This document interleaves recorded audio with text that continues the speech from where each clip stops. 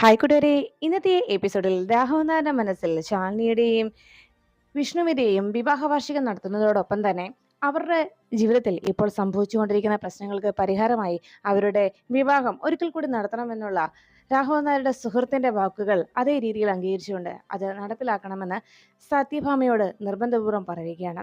സത്യഭാമ ഇതെല്ലാം കേട്ട് കഴിയുമ്പോഴേക്കും ഈ ഒരു പ്രശ്നത്തിൽ നിന്ന് രക്ഷപ്പെടില്ലല്ലോ എന്നോർത്ത് ആകെ വിഷമിച്ച് സത്യഭാമ അങ്ങനെ ഇരിക്കുമ്പോഴേക്കും രാഘവനാഥ് പറഞ്ഞു, എന്തായാലും വിഷ്ണുവിന്റെയും ശാലിനിയുടെയും ജീവിതം അങ്ങനെ വിട്ടുകളയാൻ പറ്റില്ല. അവർക്ക് നല്ല രീതിയിലൊരു ജീവിതം ഉണ്ടാകണം. അതിന് നമ്മളാലാകുന്ന കാര്യങ്ങൾ ചെയ്യണമെന്ന് രാഘവൻ നായർ നിർബന്ധപൂർവ്വം അറിയിച്ചു. അപ്പോഴാണ് ശാലിനിയും ശിവനും കൂടി പാപനാശിനിയിലേക്കുള്ള യാത്ര പുറപ്പെട്ടു കഴിഞ്ഞത്. ലോഡ്ജിൽ നിന്ന് അവർ പുറപ്പെട്ട സമയത്ത് കമലൻ വിവരങ്ങൾ പറയുവാനായി ശാരദാമ്മയ്ക്ക് അരികിലേക്ക് എത്തി. കമലിനോട് ശാരദാമ്മ സങ്കടത്തോടെ പറഞ്ഞു, ഈ യാത്ര അത് ശരിയാവില്ല എന്ന് ഇവിടെ ജോത്സ്യം പറയുകയുണ്ടായി. അദ്ദേഹത്തിന്റെ പ്രവചനങ്ങൾ ഇന്നേ വരെ ഒന്നും തെറ്റിപ്പോയിട്ടില്ല. അതുകൊണ്ട് തന്നെ അദ്ദേഹം പറഞ്ഞ കാര്യം അതേ രീതിയിൽ നടപ്പിലാവുകയും ചെയ്യും. അതാണ് തന്റെ മനസ്സിന്റെ ആശങ്കയെന്ന് ശാരദാമ്മ സങ്കടത്തോടെ കമലിനോട് അറിയിച്ചു. അത് കേട്ടതും കമലൻ പറഞ്ഞു, എന്തായാലും നമുക്ക് ഓടിച്ചെന്ന് എത്തിപ്പെടാൻ പറ്റുന്ന സ്ഥലത്തേക്കല്ലല്ലോ. അതുമല്ല, ഇപ്പൊ ഈ യാത്ര പുറപ്പെട്ടിരിക്കുന്നത് എവിടേക്കാണെന്ന് ശാരദാമ്മയ്ക്ക് അറിയാവോ? ഫോൺ വിളിച്ചിട്ടാണെങ്കിൽ കിട്ടുന്നുമില്ല. ഞാൻ എന്തായാലും ആശാനെ ഒന്നുകൂടി വിളിച്ചു നോക്കാം. ഇപ്പോൾ റേഞ്ചുള്ള സ്ഥലത്തെങ്ങാനും എത്തിയാലോ. ശാരദാമ്മ എന്തായാലും വിളിച്ചു നോക്കിക്കൊണ്ടിരിക്കുക എന്നറിയിച്ചു. ശാരദാമ്മയും കമലിനും വീണ്ടും ശിവന്റെയും ശാലിനിയുടെയും ഫോണിൽ മാറി മാറി വിളിച്ചു നോക്കിയിട്ടും കണക്ട് ആകാത്തതുകൊണ്ട് ആകെ നിരാശരായി. അപ്പോഴേക്കും കമലം പറഞ്ഞു, ഞാൻ എന്തായാലും കുട്ടിയെ കൂടി ഒന്ന് വിളിക്കട്ടെ. ഇനി ആശാൻ എവിടേക്കാ പോയെന്നുള്ള കാര്യം കുട്ടിയോട് പറഞ്ഞിട്ടുണ്ടെങ്കിലോ, അതുകൊണ്ട് ഞാനൊന്ന് വിളിച്ചു നോക്കാമെന്ന് പറഞ്ഞ് കമലൻ അവിടുന്ന് തന്റെ വണ്ടിയും എടുത്ത് പുറപ്പെട്ടു. കമലൻ പോയി കഴിയുമ്പോഴേക്കും ശാരദാമ്മ വീണ്ടും ശാലിനിയുടെ ഫോണിലേക്ക് നിരന്തരമായി കണക്ട് ചെയ്യാനുള്ള ശാലിനിയുടെ ഫോണിലേക്ക് വിളിക്കാനുള്ള ശ്രമങ്ങൾ അവിടെ ശാരദാമ്മ തുടർന്നുകൊണ്ടേയിരുന്നു. ഇതേ സമയത്ത് ശാരദാമ്മ അങ്ങനെ ഒരു ശ്രമം നടത്തിക്കൊണ്ടിരിക്കുമ്പോൾ ശാലിനിയും ശിവനും കൂടി യാത്ര പുറപ്പെട്ട് നേരെ കാടിനടുത്തേക്ക് എത്തുമ്പോഴേക്കും ശാലിനിയുടെ ഫോണിലേക്ക് ശാരദാമ്മയുടെ കോൾ എത്തിച്ചേർന്നു. ശാരദാമ്മയുടെ കോള് വന്നതും ശാലിനി കോൾ അറ്റൻഡ് ചെയ്ത ഉടനെ തന്നെ ശാരദാമ്മ പറഞ്ഞു, മോളെ നീ ഇത് എവിടെയാ എന്ന് ചോദിച്ചു. ഞങ്ങൾ പാപനാശിലേക്ക് പൊയ്ക്കൊണ്ടിരിക്കുക അമ്മ എന്ന് മറുപടി നൽകിയപ്പോൾ ശാരദാമ്മ ശിവൻ അടുത്തുണ്ടോ എന്ന് അന്വേഷിച്ചു. ഉണ്ടെന്ന് പറഞ്ഞപ്പോഴേക്കും എന്നാൽ വേഗം വണ്ടി നിർത്താനായിട്ട് ശാരദാമ്മ ആവശ്യപ്പെട്ടു. വണ്ടി നിർത്താൻ ശിവനോട് ശാലിനി പറഞ്ഞതും വേഗം വണ്ടിയിൽ നിന്ന് പുറത്തേക്ക് ശാലിനി ഇറങ്ങി. എന്താ അമ്മേ, എന്താ കാര്യമെന്ന് ശാലിനി അന്വേഷിച്ചു. ഉടനെ ശാരദാമ്മ പറഞ്ഞു, മോളെ നിങ്ങൾ ഇവിടുന്ന് പുറപ്പെട്ട സമയത്ത് തന്നെ ഞാൻ നമ്മൾ കണ്ട ജോത്സ്യൻ്റെ അടുത്ത് എത്തിയിരുന്നു. അദ്ദേഹത്തോട് കാര്യങ്ങളൊക്കെ പറഞ്ഞു. അപ്പോൾ അദ്ദേഹം പറഞ്ഞത് ഇന്ന് എന്തായാലും ഇങ്ങനെ ഒരു ചടങ്ങ് നടത്താൻ പാടില്ല എന്നതായിരുന്നു അദ്ദേഹത്തിൻ്റെ മറുപടി എന്ന് കേട്ടപ്പോൾ ശാലിനി ചോദിച്ചു, അമ്മ എന്തൊക്കെയാ ഈ പറയുന്നത്? ഈ ചിതാഭസ്മം നിമജ്ജനം ചെയ്യണ്ടെന്നോ എന്ന് ശാലിനി ആശങ്കയോടെ അന്വേഷിച്ചപ്പോൾ ശാരദാമ്മ പറഞ്ഞു, അതെ, അത് നിമജ്ജനം ചെയ്യാൻ പാടില്ല എന്ന്. അത് വിഷ്ണുവിൻ്റെ ഹൃദയം ശരീരത്തിൽ പേറിക്കൊണ്ട് നടക്കുന്ന വിഷ്ണുവിൻ്റെ ഹൃദയം ഇപ്പോഴും ജീവനോടെ ഇരിക്കുമ്പോൾ ആ ഹൃദയം തൻ്റെ ശരീരത്തിൽ വെച്ചിരിക്കുന്ന ശിവൻ കൂടെയുള്ളപ്പോൾ ആ ചിതാഭസ്മം നിമജ്ജനം ചെയ്യുന്നത് തെറ്റാണെന്നും ആപത്താണെന്നുമാണ് അദ്ദേഹം പറഞ്ഞത്. ആ സത്യം ഞാൻ എങ്ങനെ പറയും? വിഷ്ണുവിൻ്റെ ഹൃദയവുമായിട്ടാണ് ശിവൻ കൂടെ നടക്കുന്നതെന്നുള്ള കാര്യം താൻ എങ്ങനെ പറയുമെന്നൊക്കെ ശാരദാമ്മ ആശങ്കയോട് ചിന്തിച്ചപ്പോൾ ശാലിനി ചോദിച്ചു, അമ്മ എന്താ മറുപടി ഒന്നും പറയാത്തത്? ഞങ്ങളങ്ങോട്ട് പോയിക്കൊണ്ടിരിക്കുക. പിന്നെ പോകണ്ടായെന്ന് അമ്മ എന്താ ഇങ്ങനെ പറയുന്നത് എന്നൊക്കെ അന്വേഷിച്ചു. ഉടനെ ശാരദാമ്മ മറുപടി ഒന്നും പറയാനാകാതെ ആകെ ടെൻഷനോടെ അങ്ങ് നിൽക്കുമ്പോൾ പെട്ടെന്ന് അവർക്ക് മുന്നിലേക്ക് ഒരു ജീപ്പ് വന്നെത്തിക്കുകയാണ്. മോളെ, നീ ഇവിടെ വന്നു കഴിയുമ്പോൾ കാര്യങ്ങളൊക്കെ വിശദമായിട്ട് പറയാം. ഇപ്പോൾ ഉടനെ തന്നെ അവിടെ നിന്ന് നിങ്ങൾ പുറപ്പെടണം. ഈ യാത്ര ശുഭകരമല്ല എന്ന് ശാലിനിയോട് ശാരദാമ്മ പറയുമ്പോഴേക്കും അവർക്ക് മുന്നിലേക്ക് ഒരു ജീപ്പ് വന്നെത്തുകയാണ്. കഴിഞ്ഞ രാത്രിയിൽ ആ ലോഡ്ജിലെത്തി ബഹളം ഉണ്ടാക്കിയ ചെറുപ്പക്കാരായിരുന്നു അവിടേക്ക് എത്തിയത്. അവരെ കണ്ടതോടെ ശാലിനി വേഗം ഫോൺ കട്ട് ചെയ്തു. ഉടനെ ശാരദാമ്മ ആകെ ടെൻഷനിലായി. ദൈവമേ, എന്താ സംഭവിക്കുക? അവൾ വരാൻ പറഞ്ഞിട്ട് എന്താ വരാത്തത്? എന്തോ മറുപടിയൊന്നും പറയാതിരുന്നത് എന്നൊക്കെ ശാരദാമ്മ വല്ലാത്ത ടെൻഷനോടെ ഭഗവാന്റെ മുന്നിലെത്തി ആ പൂജാമുറിയിൽ നിന്ന് പ്രാർത്ഥിച്ചു. ഈ സമയത്ത് ശാലിനിക്ക് മുന്നിലേക്ക് വന്നു നിന്ന ആ ചെറുപ്പക്കാർ വണ്ടി നിർത്തിയിട്ട് ശിവനോടും ശാലിനിയോടുമായിട്ട് പറഞ്ഞു, അതെ, ഇന്നലെ രാത്രി നീയൊക്കെ ഞങ്ങളെ തല്ലിയില്ലേ? അങ്ങനെ വരുത്തന്മാർ ഇവിടെ വന്ന് ഞങ്ങളെ തല്ലിയ ആളാകണ്ട, അടിക്കടവനെ എന്ന് ആ ചെറുപ്പക്കാരൻ വിളിച്ചു പറഞ്ഞതോടെ കൂടെയുള്ള കൂട്ടുകാരും കൂടെ വന്ന മറ്റു ഗുണ്ടകളും കൂടി ശിവനെ ആക്രമിക്കാനൊരുങ്ങി. ഉടനെ മുന്നിലേക്ക് വന്ന് ശിവൻ അന്നേരം വേഗം പുറത്തേക്ക് ഇറങ്ങി വന്ന് എന്താടാ കാര്യം എന്ന് ചോദിച്ചപ്പോഴാണ് ഇത്രയും കാര്യങ്ങൾ അവർ അറിയിച്ചത്. ശിവനെ തല്ലാനായിട്ട് അവർ ആഞ്ഞെടുത്തിട്ടും ഉടനെ ശാലിനി മുന്നിലേക്ക് ഇറന്നിട്ട് പറഞ്ഞു, നിർത്ത്, അതെ, ഞങ്ങളിവിടെ പാപനാശിനിയിൽ ചിതാഭസ്മം നിമജ്ജനം ചെയ്യാനായി വന്നവരാണ്. ദയവേത് നിങ്ങൾ ഞങ്ങളെ ഉപദ്രവിക്കരുത് എന്ന് ശാലിനി അറിയിച്ചു. അത് കേട്ടതോടെ ആ ചെറുപ്പക്കാരൻ പറഞ്ഞു, അതെ, ചിതാഭസ്മം നിമജ്ജനം ചെയ്യാൻ വന്നാണെങ്കിലേ നിന്റെയൊക്കെ ചിതാഭസ്മം ഞങ്ങൾ നിമജ്ജനം ചെയ്തോളാം, കൊടുക്കട അവനിട്ട് എന്ന് പറഞ്ഞ് അവർ വീണ്ടും അടിക്കാൻ തന്നെ തയ്യാറായി. അങ്ങനെ ശിവനെ തല്ലാനായിട്ട് ശ്രമിക്കുകയും ശിവൻ അവരെ തടുത്തു നിൽക്കാൻ ഒരുങ്ങിയപ്പോൾ ഒടുവിൽ ശിവനെ അവർ 3 പേരും ചേർന്ന് ശിവന്റെ രണ്ട് കൈയും തടഞ്ഞു നിർത്തി ശിവനെ വടിവാൾ കൊണ്ട് കുത്താനുള്ള ശ്രമം, വെട്ടാനുള്ള ശ്രമം അവർ ആരംഭിച്ചു. ഉടനെ കൂട്ടുകാരെല്ലാവരും ചേർന്ന് 4 പേർ ശിവനെ പിടിച്ചു നിർത്തുകയും ഒരുത്തൻ വടിവാളും എടുത്തുകൊണ്ട് ശിവന്റെ നേരെ പാഞ്ഞെടുത്തപ്പോൾ ഈ കാഴ്ച കണ്ടുകൊണ്ടിരുന്ന ശാലിനി മുന്നിലേക്ക് വന്ന് അവനെ തടുത്തു നിൽക്കുന്നു. അവന്റെ കയ്യിൽ നിന്ന് ആ വടിവാള് വാങ്ങിച്ച് ദൂരേക്ക് വലിച്ചെറിയുകയും ശിവനെ രക്ഷിക്കുകയും ചെയ്തു. അങ്ങനെ ശാലിനിയെ അടിക്കാനായി വന്നവരെ ശാലിനിയും ചെറുത്തു നിൽക്കുന്നു. ഒടുവിൽ വലിയൊരു സംഘടന നടന്നു കഴിയുമ്പോൾ എല്ലാവരെയും അടിച്ചു വീഴ്ത്തിയതിനു ശേഷം ശിവനും ശാലിനിയും രണ്ടുപേരും ചേർന്ന് നിന്ന് അവരെ ആക്രമിച്ചു. അങ്ങനെ ശാലിനിയുടെയും ശിവന്റെയും ആക്രമണത്തിൽ ഒടുവിൽ അവരെല്ലാവരും പേടിച്ചു നിൽക്കുമ്പോഴേക്കും അവിടേക്ക് ഇതിന് നേതൃത്വം നൽകി നിന്ന ആ ചെറുപ്പക്കാരൻ ശിവന് നേരെ പാഞ്ഞെത്തി. ശിവന്റെ നെഞ്ചിലേക്ക് തന്നെ അവൻ തൻ്റെ മുഷ്ടി ഇടിച്ചിറക്കിയതും ആദ്യത്തെ ആ ഇടി ശിവന്റെ നെഞ്ചിന് തന്നെ വിഷ്ണുവിൻ്റെ ആ ഹൃദയത്തിന് ശരിക്കും ഏൽക്കുകയുണ്ടായി. ഹൃദയം ഓപ്പറേഷനിലൂടെ മാറ്റി വെച്ചതുകൊണ്ട് ചെറിയൊരു ആഘാതം ആ ഹൃദയത്തിന് നേരെ വന്നപ്പോൾ ശിവന് വല്ലാത്ത വേദന അനുഭവിപ്പിച്ചു. ശിവൻ ആ വേദനയോടെ ഹൃദയത്തെ ഇങ്ങനെ ചേർത്ത് പിടിച്ചുകൊണ്ട് ചങ്കത്ത് വിരല് ചേർത്ത് വെച്ച് അങ്ങനെ ഞെക്കി പിടിച്ച് നിൽക്കുന്ന കാഴ്ച കണ്ടപ്പോൾ ശാലിനിക്ക് ശിവൻ എന്തോ പ്രശ്നം ഉണ്ടായി എന്ന് മനസ്സിലായി. ഉടനെ ശാലിനി അവരെ തടുത്ത് നിർത്തുന്നതോടൊപ്പം തന്നെ ശിവന്റെ അരികിലേക്ക് എത്തി, ശിവ എന്തെങ്കിലും പ്രശ്നമുണ്ടോ എന്ന് ചോദിച്ചു. ഇല്ല, എനിക്ക് കുഴപ്പമൊന്നുമില്ല എന്ന് ശിവൻ പറയുമ്പോഴേക്കും അവരെ ആക്രമിക്കാനെത്തിയ ആളുകളെ ശിവനും ശാലിനിയും ചേർന്ന് തടുത്തു നിർത്തുന്നു. ഒടുവിൽ അവരെല്ലാവരും ജീവനും കൊണ്ട് ഓടാൻ തുടങ്ങുമ്പോൾ ശിവൻ അവരുടെ കയ്യിലിരുന്ന ആ വടിവാളെടുത്ത് നേതൃത്വം നൽകിയ ചെറുപ്പക്കാരനെ വെട്ടി വീഴ്ത്താനായി അവൻ്റെ നേർക്ക് പാഞ്ഞെടുത്തതും ശാലിനി പിന്നിൽ നിന്ന് ശിവ എന്ന് ഉറക്കെ വിളിച്ചു. ആ വിളി കേട്ടതും ശിവൻ പിന്തിരിഞ്ഞ് നോക്കിയതോടെ ശാലിനി പറഞ്ഞു, വേണ്ട ശിവ, വിട്ടേക്ക്.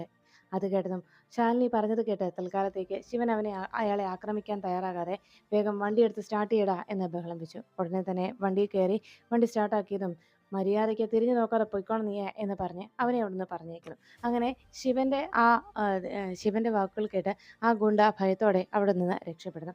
അവർ പോയി കഴിയുമ്പോഴേക്കും ശിവന് അപ്പോഴും തനിക്ക് അനുഭവപ്പെട്ട അസ്വസ്ഥത അതുപോലെ തന്നെ നിലനിന്നു.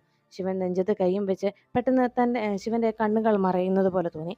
ശിവന്റെ കണ്ണുകൾ മറഞ്ഞ് തളർന്ന അവശനായി ശിവൻ നിലത്തേക്ക് വീഴുന്നു. ഈ കാഴ്ച കണ്ടതോടെ ശാലിനി അരികിലേക്ക് ഓടിയെത്തി. ശിവ എന്തു പറ്റി എന്ന് ചോദിച്ചതും തളർന്നു കിടക്കുന്ന ശിവൻ പറഞ്ഞു, ശാലിനി, എനിക്ക് കുറച്ച് വെള്ളം വേണം. ഉടനെ ശാലിനി ജീപ്പിനകത്ത് ചെന്ന് വെള്ളം നോക്കിയപ്പോഴേക്കും ബോട്ടിൽ കാലിയാണെന്നത് കണ്ടു. ഉടനെ ഓടിയെത്തി ശിവനോട് ശാലിനി പറഞ്ഞു, ശിവ, ബോട്ടിലെ വെള്ളം തീർന്നു, ഞാൻ മറ്റെവിടെയെങ്കിലും വെള്ളം ഉണ്ടോ നോക്കട്ടെ എന്ന് പറഞ്ഞ് ശാലിനി വേഗം വെള്ളം എടുക്കാനായി ആ പുഴയോരം അവിടെ പുഴയുള്ളത് ആയിട്ട് തോന്നിയത് കൊണ്ട് അവിടേക്ക് വേഗം നടന്നു നീങ്ങി. പുഴയിൽ ചെന്ന് വെള്ളം എടുക്കാമെന്നോർത്ത് ശാലിനി അവിടേക്ക് പോകുമ്പോഴേക്കും അവിടെ രാഘവൻ നായർ വെഡ്ഡിങ് ആനിവേഴ്സറി ആഘോഷിക്കുന്നതിന് വേണ്ടിയുള്ള തയ്യാറെടുപ്പുകൾ നടത്തുകയായിരുന്നു. വീടെല്ലാം ആകെ ഒന്ന് മൂടി പിടിപ്പിക്കണമെന്നും വീട്ടിലെ ഈ മാറാലകളൊക്കെ തൂത്ത് കളയണമെന്നും പറഞ്ഞ് പൊന്നിയെ കൊണ്ട് വാതിലെല്ലാം വൃത്തിയാക്കുകയാണ്. അതിനിടെ രാഘവൻ നായർ പറഞ്ഞു, അതെ, ഇത് വീട്ടിലുള്ള പെണ്ണുങ്ങളാണ് ഈ ചുക്കലിയെല്ലാം തൂത്ത് വീട് വൃത്തിയാക്കി വെക്കേണ്ടത്. അത് പെണ്ണുങ്ങളുടെ കടമയാണ്. ഇവിടെ ഇപ്പോൾ ഭാമയ്ക്ക് അതിനെവിടെയാ നേരം? പൊന്നിക്കാണെങ്കിൽ 100 കൂട്ടം ജോലി. എന്തായാലും ഇനിയിപ്പോൾ ഇത് വൃത്തിയാക്കാതെ പറ്റില്ല. കാരണം ഇവിടെ വെഡ്ഡിങ് ആനിവേഴ്സറി ആഘോഷം നടക്കുമ്പോഴേ ഇവിടെ വരുന്നവർ പല ആളുകളാണ്. അവരുടെ എല്ലാവരുടെയും കണ്ണിൽ പെടുന്നത് കുറ്റങ്ങൾ കണ്ടെത്താനുള്ള ശ്രമമായിരിക്കും. അങ്ങനെ വരുമ്പോൾ എൻ്റെ വീടിനെക്കുറിച്ച് കുറ്റം പറയാൻ ഞാൻ ആരും സമ്മതിക്കില്ല. അതുകൊണ്ട് വാതുക്കൽ ഇങ്ങനെ കൂടിക്കിടക്കുന്ന മാറാലകളൊക്കെ ആദ്യം അടിച്ച് കളയണം എന്ന് പറഞ്ഞു. അങ്ങനെ പൊന്നിയെ കൊണ്ട് പറഞ്ഞ് ചെയ്യിപ്പിച്ചുകൊണ്ടിരിക്കുമ്പോഴാണ് ഒരു ഓട്ടോ മുറ്റത്തേക്ക് വന്ന് നിൽക്കുന്നത്. ഓട്ടോയിൽ നിന്ന് ഇത് ആരാ ഇറങ്ങുന്നതെന്ന് അറിയാനായി സംശയത്തോടെ രാഘവൻ നായർ നോക്കിയിരുന്നു. പൊന്നിയും അതാരാണെന്നറിയാനായി ശ്രദ്ധിച്ചപ്പോൾ ഓട്ടോയിൽ നിന്ന് പുറത്തേക്ക് ഉപേന്ദ്രൻ വന്നിറങ്ങി. ഉപേന്ദ്രനെ കണ്ടതോടെ രാഘവൻ നായർക്ക് വല്ലാത്ത ദേഷ്യമായി. അന്ന് തന്നെ വാടക വീട്ടിൽ കയറി വന്ന് തന്നെ കയ്യേറ്റം ചെയ്തതും തന്നെ വലിച്ചിട്ട് നിലത്ത് തറയിൽ ചെന്ന് തൻ്റെ തല ചെന്ന് ഇടിച്ചതുമൊക്കെ രാഘവൻ നായർ ഓർത്തെടുത്തു. ഉടനെ ആ ദേഷ്യത്തോടെ രാഘവൻ നായർ ഉപേന്ദ്രൻ നോക്കുമ്പോൾ ഉപേന്ദ്രൻ വേഗം വന്ന് രാഘവൻ നായർ കാല് പിടിച്ചു. ഏട്ടാ, എന്നോട് ക്ഷമിക്കണേ ഏട്ടാ. ഏട്ടനോടും ഈ കുടുംബത്തോറും കുറേ ദ്രോഹങ്ങൾ ഞാൻ ചെയ്തു. എന്നിട്ടും ഞാൻ ചെയ്തു കൂട്ടിയ ദ്രോഹങ്ങൾക്കൊക്കെയുള്ള ശിക്ഷ ഒടുവിൽ എന്നെ തേടി എത്തിയേട്ടാ. ഇപ്പോൾ ഞാൻ വെട്ടിപ്പിടിച്ചതൊക്കെ ഞാൻ തിരിച്ചു തന്നെങ്കിലും ഞാൻ ചെയ്തു കൂട്ടിയ പാപത്തിൻ്റെ ഫലം അതെന്നെ പിന്തുടരുകയായിരുന്നു എന്ന് പറഞ്ഞതും രാഘവൻ നായർ പറഞ്ഞു, നീ എന്താ ഈ പറയുന്നത്? നീ എല്ലാം തിരിച്ചു തന്നോ? അതേ, ഒരു കാര്യം ഞാൻ പറഞ്ഞേക്കാം. ഇനിയും നീ ഇവിടെ കപട സ്നേഹമായിട്ട് വന്നാലുണ്ടല്ലോ, നിന്നെ ഞങ്ങൾക്ക് കാണണ്ട. നിന്നെ എനിക്ക് മനസ്സിലായിട്ടുമില്ല. നീ ഏതാ എന്നൊക്കെ ചോദിച്ച് രാഘവൻ നായർ ബഹളം വെച്ചു. ഉടനെ രാഘവൻ നായരോട് ഉപേന്ദ്രൻ പറഞ്ഞു, ഏട്ടാ, എന്നെ മനസ്സിലായില്ലേ? നമ്മൾ ഒരേ ചോരയാണ് ഏട്ടാ. ഏട്ടൻ്റെ അനുജനാ ഞാൻ, ഒരേ അച്ഛൻ്റെ മക്കൾ. ഞാൻ ആ ഏട്ടൻ്റെ പ്രിയപ്പെട്ട അനുജനായിരുന്നില്ലേ ഏട്ടാ. ഏട്ടൻ മരിച്ചാലും ഞാൻ മരിച്ചാലും പെല കൂടി പിണ്ടം അർപ്പിക്കേണ്ട ആളുകൾ അതാണ് എന്ന് പറഞ്ഞപ്പോൾ ഉടനെ രാഘവൻ നായർ പറഞ്ഞു, അത് ശരി, അപ്പം അത്രയൊക്കെ നിനക്കറിയാം. എന്നിട്ടാണോടാ നീ എന്നെ വന്ന് ദ്രോഹിച്ചത്, എന്നെ കൊല്ലാൻ ശ്രമിച്ചത് എന്നൊക്കെ രാഘവൻ നായർ ദേഷ്യത്തോടെ ഉപേന്ദ്രനോട് അന്വേഷിച്ചു. ഇതെല്ലാം കേട്ടതും ഉപേന്ദ്രൻ പറഞ്ഞു, ഏട്ടാ അന്നത്തെ എൻ്റെ അറിവില്ലായ്മ കൊണ്ട് അങ്ങനെയെല്ലാം സംഭവിച്ചു പോയതാണ്. ഏട്ടൻ എന്നോട് ക്ഷമിക്കണമെന്ന് പറഞ്ഞ് കാലിൽ പിടിച്ച് ക്ഷമ ചോദിക്കുമ്പോഴേക്കും രാഘവൻ നായർ അന്ന് ഉപേന്ദ്രൻ തന്നെ തല്ലിയ കാര്യങ്ങളൊക്കെ ഓർത്തു. നിന്നെ കൈ കെട്ടാൻ ഒരവസരം കാത്തിരിക്കുകയായിരുന്നു ഞാനെന്ന് പറഞ്ഞ് അന്ന് രാഘവൻ നായരെ അവസാനം വന്ന് ഉപദ്രവിച്ചിട്ട് പോയ ഉപേന്ദ്രനെ ഓർത്ത് രാഘവൻ നായർ തൻ്റെ കാലിൽ പിടിച്ച് നിൽക്കുന്ന ആ ഉപേന്ദ്രനെ കാലുകൊണ്ട് തട്ടി മാറ്റുന്നു. എന്നിട്ട് തൻ്റെ കയ്യിലിരിക്കുന്ന ആ ഊന്നുവടി വെച്ച് തലങ്ങും വിലങ്ങും ഉപേന്ദ്രനെ തല്ലുകയാണ്. ഇത് കണ്ടുകൊണ്ട് നിന്ന പൊന്നി വേഗം അകത്തേക്ക് ഓടിയെത്തി. സത്യാമ്മയ്ക്ക് അരികിലേക്ക് എത്തിയിട്ട് പറഞ്ഞു, സത്യാമ്മേ, ദാ രാഘവൻ സാറിൻ്റെ അനുജൻ അവിടെ വന്നിരിക്കുന്നു, സാറുമായിട്ട് വഴക്കുണ്ടാക്കുകയാ എന്ന് പറഞ്ഞതും ഉപേന്ദ്രനോ എന്ന് പറഞ്ഞ് ഭയത്തോടെ സത്യാമ്മ വേഗം പുറത്തേക്ക് ഇറങ്ങി വന്നു. അപ്പോഴേക്കും രാഘവൻ നായർ ഉപേന്ദ്രനെ തല്ലി ശരിയാക്കുന്ന കാഴ്ചയാണ് കണ്ടത്. ഓടി വന്ന സത്യാമ്മയും പൊന്നിയും രാഘവൻ നായരെ പിടിച്ചു മാറ്റുകയാണ്. രാഘവേട്ട എന്തായി കാണിക്കുന്നത് എന്ന് ചോദിച്ച് സത്യാമ്മ പിടിച്ചു മാറ്റുമ്പോഴേക്കും രാഘവൻ നായർ പറഞ്ഞു, മാമേ, ഇവൻ വീണ്ടും ഓരോ അഭിനയവുമായി വന്നിരിക്കുക, ഇവനെ അടിച്ചോടിക്കണം എന്ന് പറഞ്ഞ് ബഹളം വെച്ചു. അപ്പോഴേക്കും ഉപേന്ദ്രൻ പറഞ്ഞു, ഏട്ടത്തിയമ്മേ, എന്നോട് ക്ഷമിക്കണം, ഏട്ടനെയും ഏട്ടത്തിയമ്മയും കാണുവാനായിട്ടാണ് ഞാൻ വന്നത്. അന്ന് ഞാൻ നിങ്ങളോട് ചെയ്ത ദ്രോഹങ്ങൾക്കൊക്കെ എനിക്ക് ശിക്ഷ ലഭിച്ചു എന്ന് പറഞ്ഞു. ഇനി അധികം നാൾ ഞാൻ ജീവനോടെ ഉണ്ടാവില്ല. അപ്പോഴേക്കും രാഘവൻ നായർ ചോദിച്ചു, നീ ആദ്യം പറഞ്ഞ എന്താടാ, നീ വെട്ടിപ്പിടിച്ചൊക്കെ നീ തിരിച്ചു തന്നെന്നോ? ആര് തിരിച്ചു തന്നെന്ന്?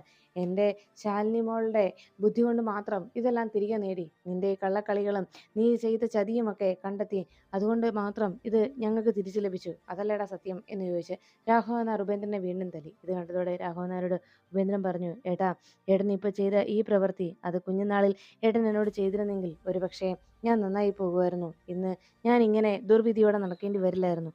സത്യത്തിൽ ഇപ്പോൾ ഞാൻ അനുഭവിക്കുന്ന വേദന ഏട്ടനറിയില്ല.